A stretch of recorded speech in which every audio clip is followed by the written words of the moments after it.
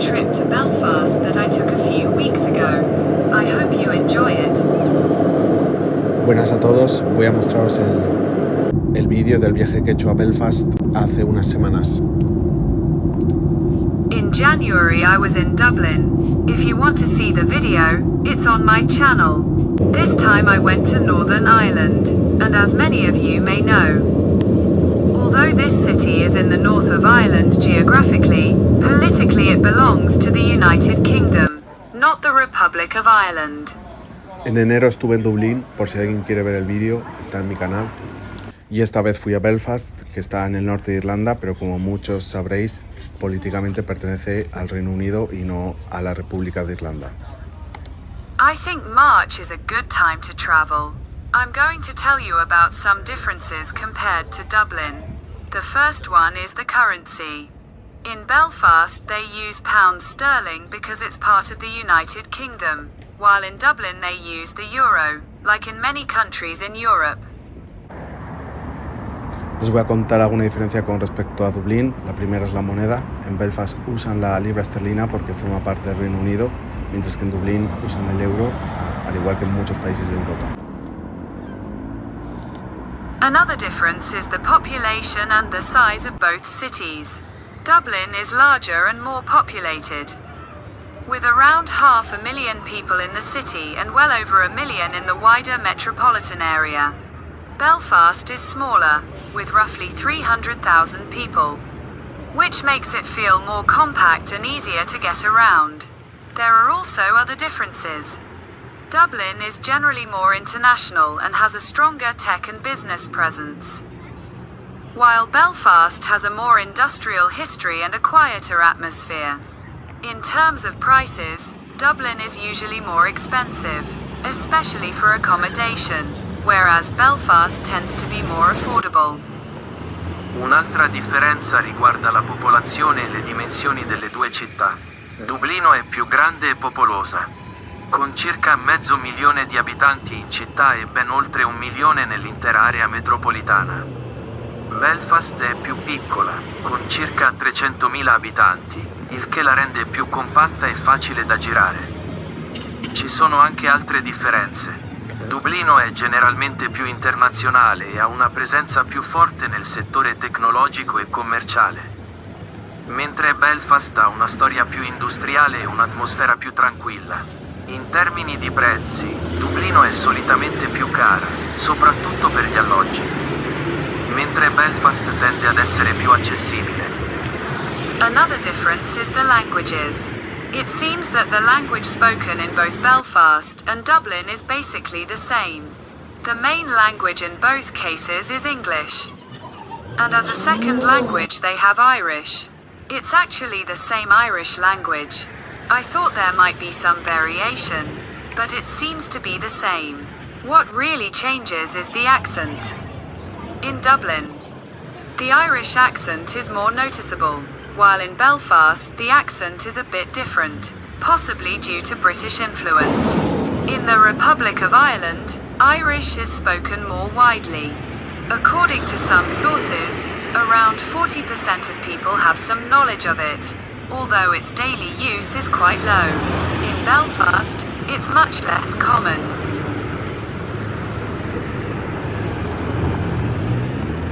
Maybe around 10% to 15% of people have some knowledge of Irish, but again, its use in everyday life is very limited. Outra diferença reside nas línguas. Parece que a língua falada tanto em Belfast como em Dublin é basicamente a mesma. A língua principal em ambos os casos é o inglês, e o irlandês é falado como segunda língua. Na verdade, trata-se do mesmo irlandês. Imaginava que pudesse haver alguma variação, mas parece ser o mesmo. O que realmente muda é o sotaque. Em Dublin, o sotaque irlandês é mais perceptível, enquanto em Belfast o sotaque é um pouco diferente, possivelmente devido à influência britânica. Na República da Irlanda, o irlandês é falado com mais frequência. Segundo algumas fontes, cerca de 40% da população tem algum conhecimento da língua, embora a sua utilização no dia a dia seja bastante limitada. Em Belfast, É muito menos comum. Talvez entre 10% e 15% da população tenha algum conhecimento de irlandês, mas, mais uma vez, a sua utilização no dia a dia é muito restrita. If you were paying attention to the screen, you will have seen that I showed you a stadium. That is the main stadium in Northern Ireland, probably the most important one, and it's called Windsor Park. Also known as the National Football Stadium. That's where the national team usually plays, and it is also the home ground of Linfield FC. The stadium has a capacity of around 18,500 spectators and was completely redeveloped around 2016. It is the most important stadium in Northern Ireland. Linfield, the club that plays there, competes in the top division and has won more than 50 league titles. Outside the stadium, there is a statue dedicated to George Best, who is considered by many to be the greatest British player in history, or even one of the greatest from the British Isles overall. スクリーンに注目していたなら、このスタジアムを見たはずです。これは北アイルランドの主要なスタジアムで、ウィンザーパーク、またはナショナルフットボールスタジアムと呼ばれています。ここでハシュに代表チームが試合を行い、リンフィールド FC のホームスタジアムでもあります。収容人数早く18,500人で、2016年頃に全面改修されました。What you're seeing on the screen right now is the Ulster Museum. It's a free museum located in Belfast, and it mainly focuses on history and natural sciences.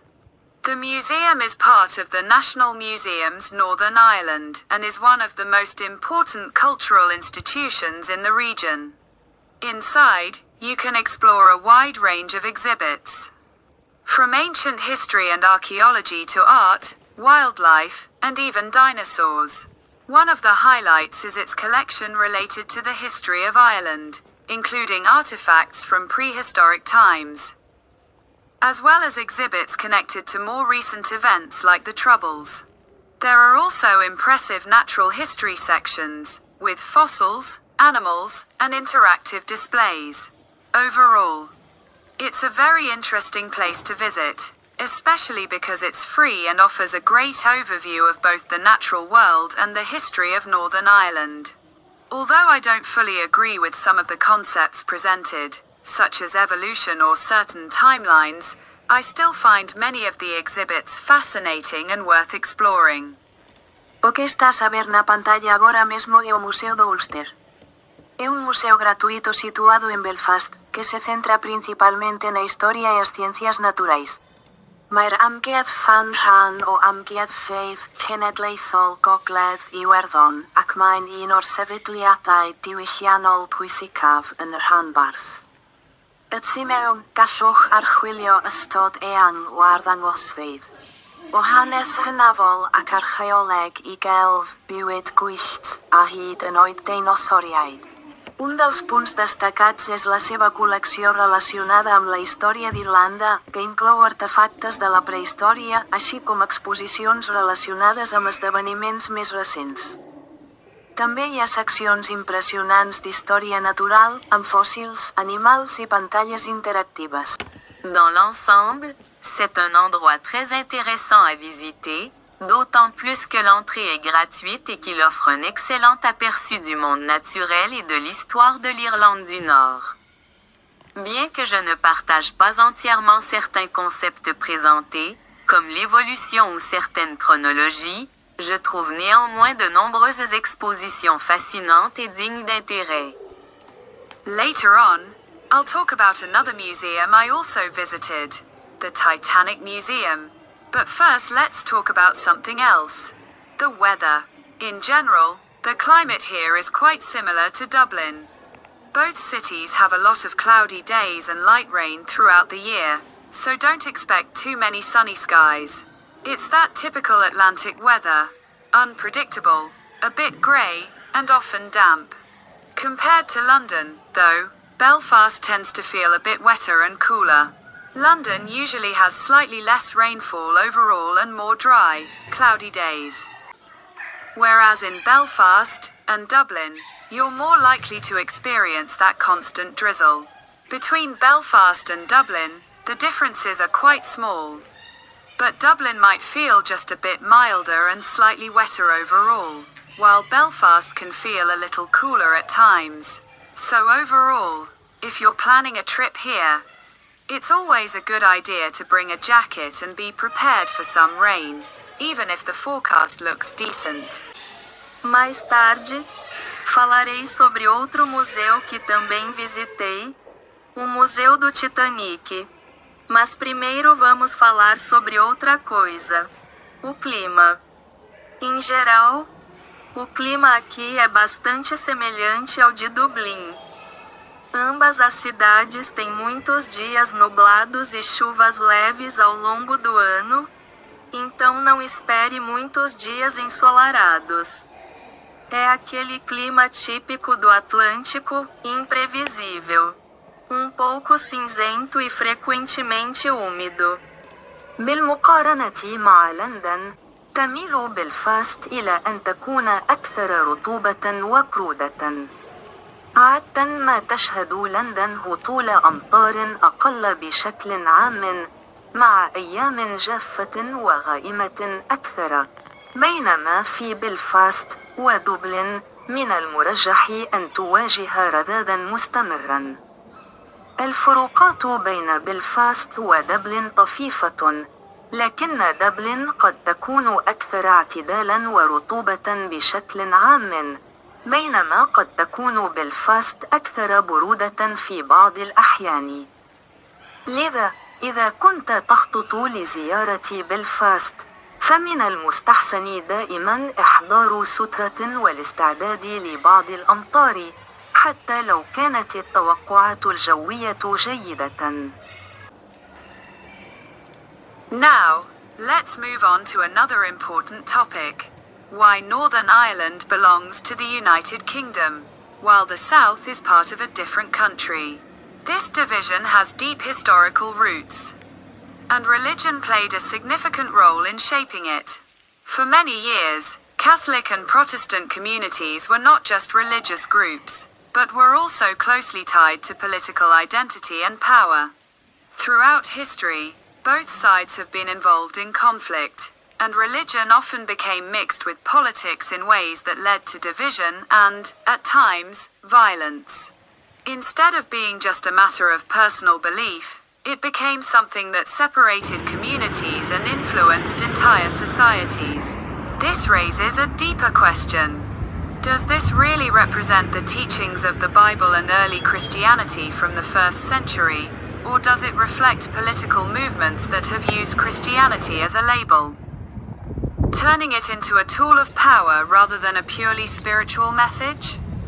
Orain, beste gai garrantzitsu batera pasa gaitezen zergatik den Ipar Irlanda erresuma batuarena eta hegoaldea, berriz, beste herrialde batena. Banaketa honek sustrai historiko sakonak ditu. Eta erlijioak paper garrantzitsua izan zuen hura moldatzen. Urte askotan, katoliko eta protestante komunitateak ez ziren soilik erlijio taldeak izan. Baizik eta identitate politikoari eta botereari ere lotuta egon ziren. Historian zehar, bi aldeak gatazketan egon dira eta erlijioa askotan politikarekin nahastu zen, zatiketa eta batzuetan indarkeria eraginez. Sinesmen pertsonal kontua izan beharrean, komunitateak banandu eta gizarte osoak eragin zituen zerbait bihurtu zen. Honek galdera sakonago bat sortzen du. Benetan Bibliaren eta lehen mendeko kristautasunaren irakaspenak ordezkatzen alditu honek edo kristautasuna etiketa gisa erabili duten mugimendu politikoak islatzen alditu. Mezu espiritual hutsa baino botere tresna bihurtuz. If you were paying attention to the screen, you'll see that I've now entered the Titanic Museum, an impressive museum located in Belfast's Titanic Quarter, where the ship was originally built. It tells the story of the Titanic, as well as other ships constructed in this city. Если вы внимательно смотрели на экран, то увидели, что я попал в музей Титаника, впечатляющий музей, расположенный в квартале Титаник в Белфасте, где изначально был построен этот корабль.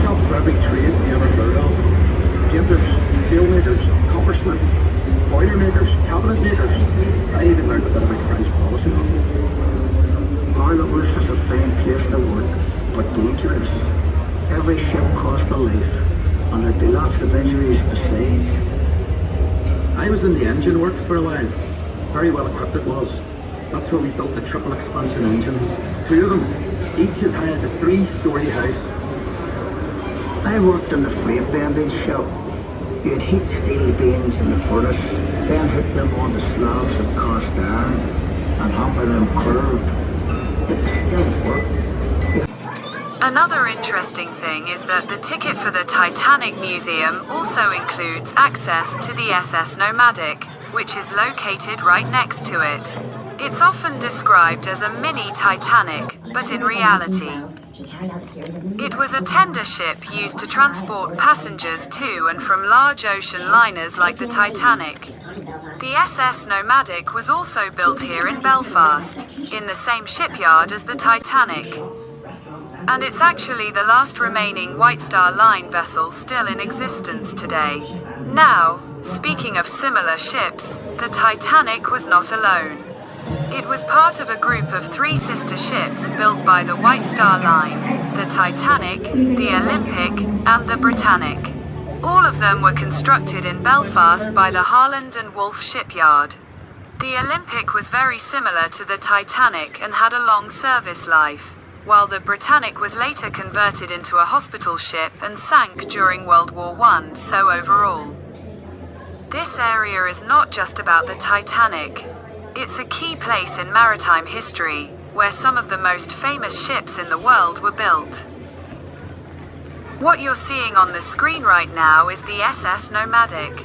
In my case, it was included in the museum ticket. It was much less crowded than the museum itself, so it was much easier to walk around. Honestly, the museum is completely packed with people, which is normal, as it's an important attraction and it's located in an area quite close to the city center. Esto que ven en pantalla es el SS Nomadic, que está al lado del propio museo y que lo incluía en el propio ticket. Ah, bonjour! Capitaine Boitard at your service. Not long now and we'll be on our way. The big liner? She is a little late, no? There was a delay in Southampton. Well, my men can have a rest after loading all the luggage. Our first-class passengers, they do not travel at night. So, what do you think of her? Quite a beauty, eh? Built by Harland and Wolff in Belfast in just 4 months. I collected her there myself. Ah, they are world-class shipbuilders. She's a wonderful vessel. Above deck, we have the finest of luxury, and below, 2 boilers, 2 steam engines, and 2 huge propellers. Very modern, very smooth sailing. The Nomadic is a miniature of the Titanic, you know. Well,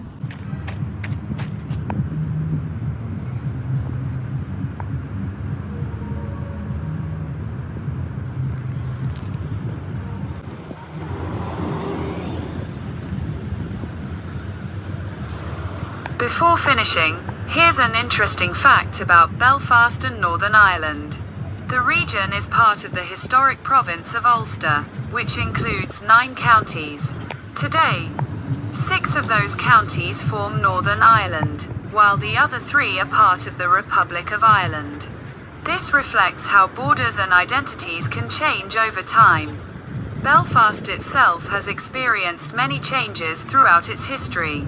In recent years, it has developed into a modern and peaceful city.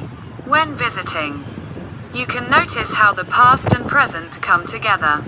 It also reminds us that human efforts to resolve deep divisions have often been limited, something that invites further reflection. Bevor wir zum Schluss kommen, hier noch eine interessante Tatsache über Belfast und Nordirland. Die Region gehört zur historischen Provinz Ulster, die 9 Grafschaften umfasst. Heute bilden 6 dieser Grafschaften Nordirland, während die anderen 3 zur Republik Irland gehören. Dies verdeutlicht, wie sich Grenzen und Identitäten im Laufe der Zeit verändern können. Belfast selbst hat im Laufe seiner Geschichte viele Veränderungen durchgemacht. In den letzten Jahren hat es sich zu einer modernen und friedlichen Stadt entwickelt. Bei einem Besuch kann man beobachten, wie Vergangenheit und Gegenwart ineinander fließen. Es erinnert uns auch daran, dass menschliche Bemühungen, tiefe Spaltungen zu überwinden, oft begrenzt waren, ein Gedanke, der zum Nachdenken anregt. Thanks to watch my video, I hope you enjoy. Today I try to be more original and I use several languages. I hope there is no many mistakes. I just try to have a entertainment time with this, and that's all for today. I hope to see you in the future. Take care. Gracias por ver el vídeo, espero que os haya hecho entretenido. Ya nos veremos en próximos vídeos. Cuidaros.